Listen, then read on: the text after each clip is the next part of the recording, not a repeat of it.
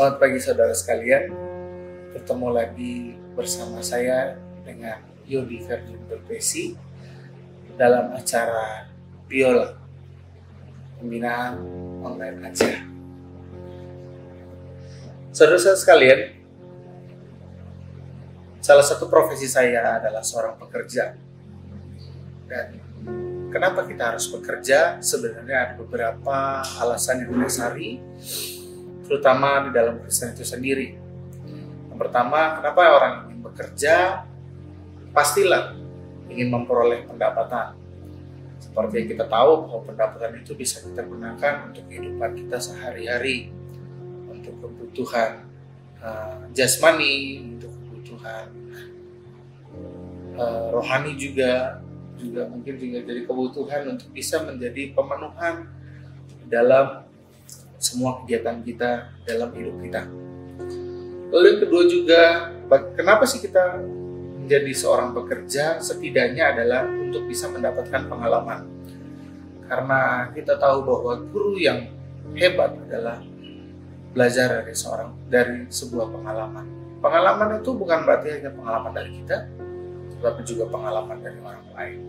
Tapi bagaimana kita mendapatkan experience pengalaman tersebut, sehingga kita bisa mendapatkan pengalaman dan akhirnya bisa belajar dari pengalaman tersebut. Berikutnya adalah bagaimana kita bekerja untuk bisa mendapatkan relasi. Relasi itu menjadi sebuah peluang yang baik. Bapak Ibu sekalian, saya percaya bahwa di dalam relasi itu bisa mendapatkan hal-hal mungkin yang kita bisa mungkin bisa kita dapatkan dari orang lain.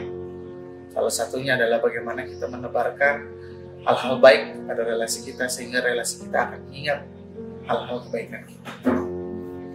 Sebelum kita masuki lebih jauh, saya ingin bacakan juga ayat nas pembimbing kita hari ini yang diambil dari Amsal 6 ayat 1 sampai 19. Saya akan bacakan untuk kita semua. Hai anakku, jikalau engkau menjadi penanggung sesamamu dan membuat persetujuan dengan orang lain, jikalau engkau terjerat dalam perkataan mulutmu, tertangkap dalam perkataan mulutmu, buatlah begini.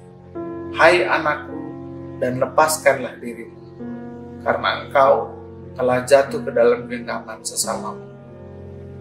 Pergilah, berlututlah, dan desaklah sesamamu itu. Jangan biarkan matamu tidur dan kelopak matamu mengantuk. Lepaskanlah dirimu seperti kijang dari tangkapan, seperti burung daripada tangan pemikat. Hai pemalas, pergilah kepada semut, perhatikan lakunya, dan jadilah bijak. Biarpun tidak ada pemimpinnya, pengaturnya, atau penguasanya, ia menyediakan rotinya di musim panas dan mengumpulkan makanannya pada waktu panen. Hai pemalas, berapa lama lagi engkau akan berbaring? Bilakah engkau akan bangun dari tidurmu? Tidur sebentar lagi, mengantuk sebentar lagi, melipat tangan sebentar lagi untuk tinggal berbaring. Maka datanglah kemiskinan kepadamu seperti seorang penyerbu, dan kekurangan seperti orang yang bersenjata. Tak bergunalah dan jahatlah orang yang hidup dengan mulut serong, yang mengedipkan matanya, yang bermain kaki, dan menunjuk-nunjuk dengan jari, yang hatinya mengandung tipu muslihat, yang senantiasa merencanakan kejahatan, dan yang menimbulkan pertengkaran. Itulah sebabnya ia ditimpa kebinasaan dengan tiba-tiba. Sesaat saja ia diremukan tanpa dapat dipulihkan lagi. 6 perkara ini yang dibenci Tuhan, bahkan 7 perkara yang menjadi kekejian bagi hatinya. Mata sombong, lidah dusta, tangan yang menumpahkan darah, orang yang tidak bersalah, dan hati yang membuat rencana-rencana yang jahat. Kaki yang segera lari menuju kejahatan. Seorang saksi dusta yang menyembur-nyemburkan kebohongan dan menimbulkan pertengkaran saudara. Saudara, Yang ingin saya garis bawahi adalah di ayat 6. Amsal 6 ayat 6, di mana hai pemalas, pergilah kepada semut, perhatikan lakunya dan jadilah bijak. Di Amsal ini menyebutkan kita bahwa kita adalah seseorang yang harus belajar pada semut, bagaimana cara kita bekerja, yang selalu mengumpulkan makanannya di saat musim-musim panen dan musim panas, sehingga ia tidak pernah kekurangan makan. Begitu pula juga dengan kita. Kita diwajibkan untuk bisa memenuhi semua kebutuhan sehari-hari. Namun, di dalam bekerja itu bukanlah suatu hal yang mudah. Bukanlah suatu hal yang dapat kita lakukan di setiap orang. Karena tidak setiap orang itu bisa bekerja dengan baik. Lalu bagaimana akhirnya kita bisa bekerja dengan baik? Ada poin yang saya ingin bagikan adalah bagaimana kita bisa mendapatkan pekerjaan yang layak, mendapatkan pekerjaan yang baik, sehingga kita bisa mendapatkan pemenuhan pendapatan, pemenuhan relasi, pemenuhan pengalaman. Ya. Yang pertama adalah dengan cara kita mempersiapkan diri. Saudara sekalian, saya tahu banyak sekali pengangguran, terutama di Kota Bandung. Di Kota Bandung sendiri sudah mencapai angka 11,3% untuk di tahun 2021. Dan bagaimana dengan kita? Apakah di tahun 2023 ini pengangguran akan naik? Saya jawab, iya. Karena banyaknya AI yang ada di dalam dunia kerja sekarang yang membuat tidak dibutuhkan kembali manusia. Oleh karena itu, kesempatan bekerja untuk saat ini ada hal yang cukup emas untuk kita perjuangkan. Saudara-saudara, bagi saudara-saudara yang mungkin punya anak yang baru lulus, atau mungkin saudara sekalian baru lulus dari dunia pendidikan, saya mempersiapkan ada beberapa tips yang mungkin bisa menjadi satu pertimbangan buat kita, agar Bapak Ibu sekalian, agar saudara-saudara sekalian bisa mempersiapkan hal-hal yang mungkin bisa menjadi dasar saudara untuk bisa mendapatkan pekerjaan.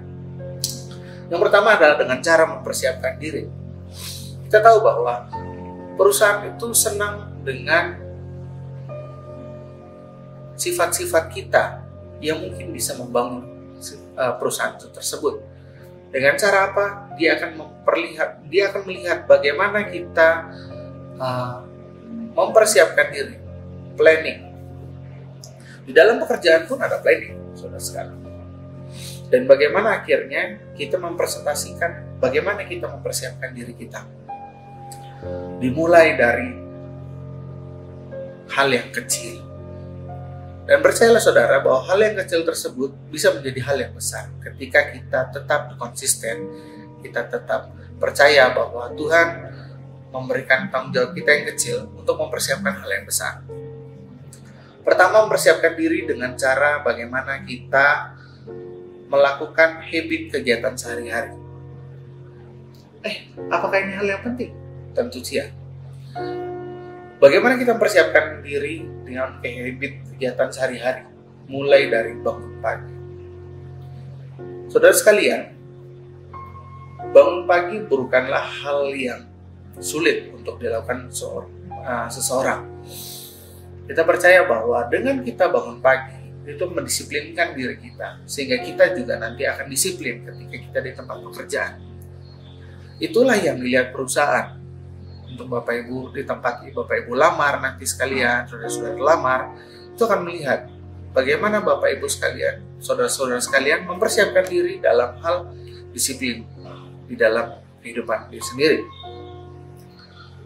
Ketika kita melakukan habit kegiatan sehari-hari, kita mungkin akan menceritakan bagaimana kita bangun pagi setiap paginya, lalu apa yang kita lakukan dalam pagi hari, lalu apa yang kita kerjakan di siang hari ketika kita misalnya menganggur. Dan perusahaan akan menilai, oh ternyata mungkin secara habitnya sudah oke, dan itu sudah bisa sejalan dengan perusahaan. Oh, dan itu bisa membuat perusahaan makin maju dengan habit-habit yang kecil. Oke, yang kedua adalah memperbaiki personal. Memperbaiki personal itu seperti apa sih Pak Yodi? Memperbaiki personal adalah dengan cara banyak hal. dengan cara saudara-saudara misalkan berpakaian. Apakah saudara-saudara sudah mencerminkan pakaian yang rapi?